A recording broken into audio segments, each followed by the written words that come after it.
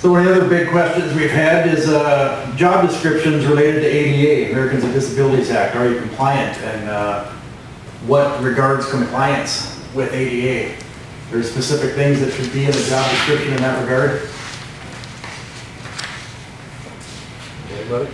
Go for it. Anybody? Go for it there. Go ahead. Kim is our host here today. No, I know. The law says you don't have to have a job description. There's nothing legal out there that says you have to have a job description. Not to take business away from Paul, but it would sure help keep you out of court a lot of times. Simply because you've outlined, obviously, their tasks that they need to perform to get the job done. I like to think of a job description really as a communication piece. Yeah, I think it keeps it quite transparent between supervisor, manager, ownership, and the employee. But it does get deeper, obviously, again, with here's my essential functions of the job. These are the tasks I need to perform that essential function, okay?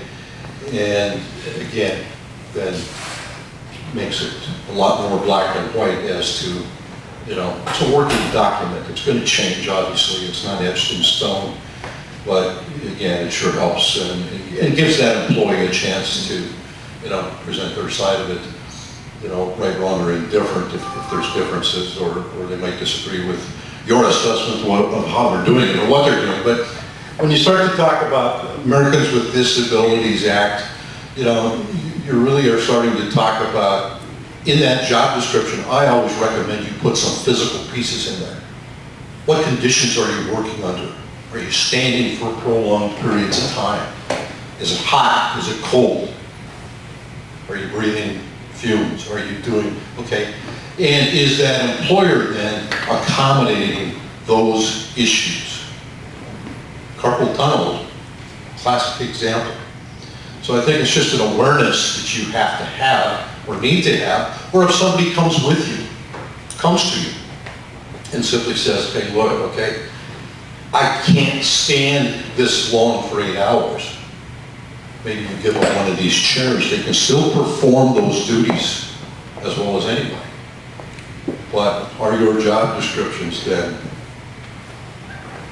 ADA compliant so that you're not causing them, any discomfort or any harm or any further, physical issues that may come back to haunt you? Keep your workman's comp costs down, so on and so forth. We've had an issue before. We've had an issue before where we had an individual who couldn't stand for a long time and who was working in my factory. And so we did that. And so we gave him a stool and he was able to function. But one of the challenges that we ran into was all of the other employees looking around and saying, well, why does he get to sit down?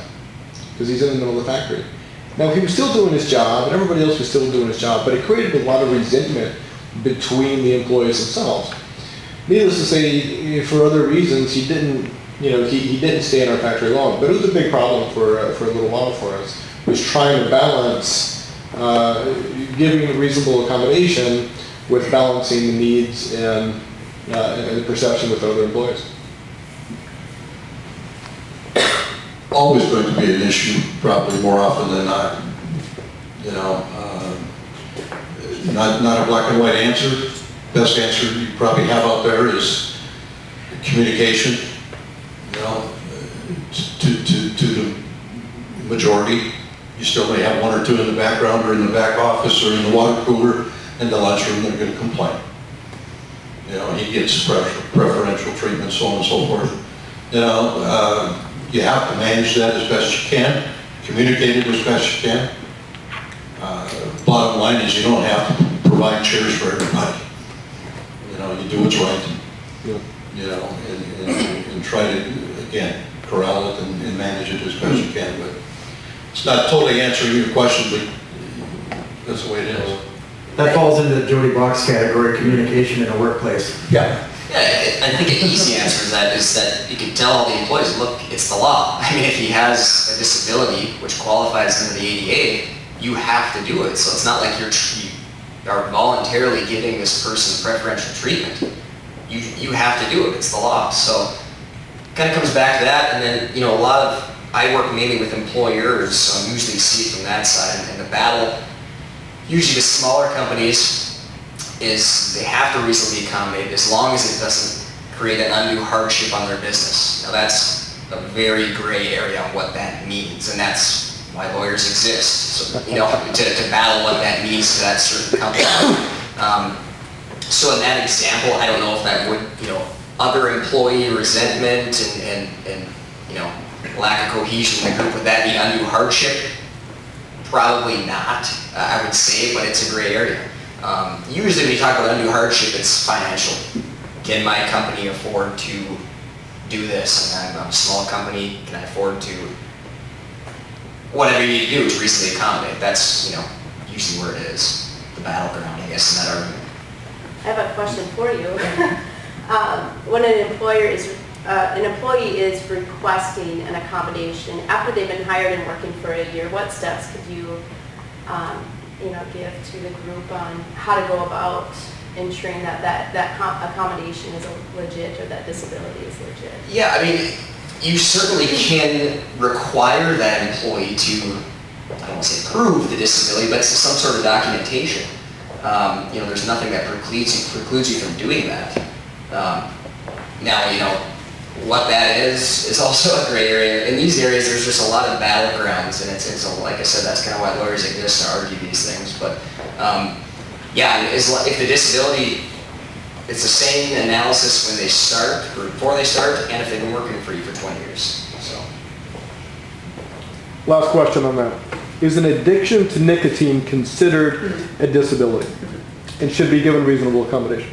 I'm not sure about nicotine. I believe alcohol is, and I think that's a fairly new revelation. I don't know how many years that's been, because I think that was a hot spot for a long time. And then what type of effect does that have on your alcohol disability? I mean, if you're late for work every day, if you don't show up some days, once again, it goes back to that undue burden on your business, and I can't operate a business if my employee doesn't come in or if he shows up late every day. So. We do have a question here. Yeah. So back to the job descriptions, I was wondering, is there a chance that if you make a job description for an employee, will that end up turning into a binding contract? Say that again, out the. Will you make, in a job description for an employee, can that turn into a binding contract for them? As far as their job duties, you mean? Right. So if they perform all their job duties, but there's just something missing from their general performance, is there a way they can actually take it to court or legal ramifications? I think it'd be difficult for them to do that. You know, a job description is pretty broad ranging, and it's still employment at will unless there's a contract with a term that, you know, you can let them go.